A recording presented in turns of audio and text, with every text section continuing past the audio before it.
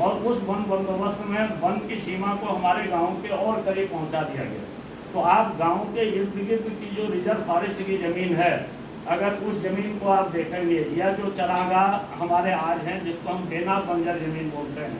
उन ज़मीनों में जो पुराने बने हुए खेतों के अवशेष आपको मिलते हैं, वो दरअसल में हमारे बुजुर्गों की वो कृषि भूमि थी, जिस कृषि भूमि को सरकार ने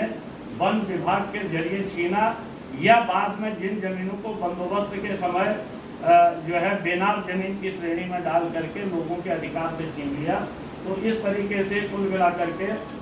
20% में से आधे से ज़्यादा जमीन हमारी इन बंदोबस्तों में निकल गई और पहाड़ के अंदर जमीन की कमी हो गई। लेकिन अगर आप एक्चुअल स्थिति देखें, 2000 में जब हमारा राज्य बना है, तो उस समय हमने एक मोटा आकलन किया, तमाम गांवों का मैंने सर्वे किया, कई गांवों का, तमाम विकास योजनाओं का।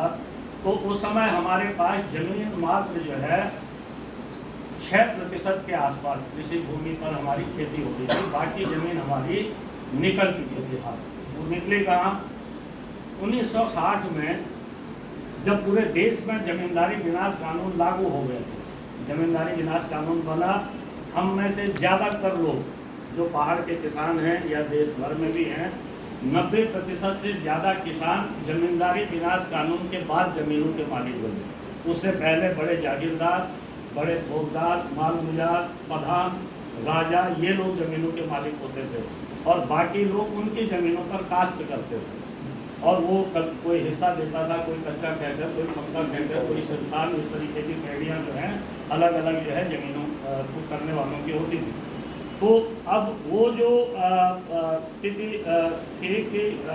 1960 में सरकार ने क्या किया कि जो भूमि बंदोबस्त हो रहा था, उसी दौर में जब जमींदारी विनाश कानून लागू हो रहा था, उसके तहत नए बंदोबस्त में लोगों के नाम जमीनें चढ़ रही थी।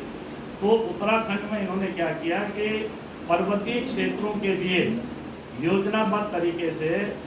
एक नया जो है उत्तराखंड कुमाऊं जमींदारी विनाश कानून पूजा एक्ट करके एक नया एक्ट पास करते हैं। और उस पूजा एक्ट में क्या षड्यंत्र रचा गया?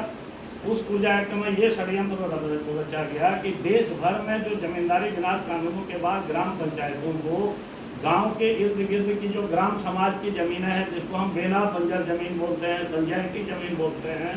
उन जमीनों के प्रबंध और वितरण का अधिकार बाकी देश में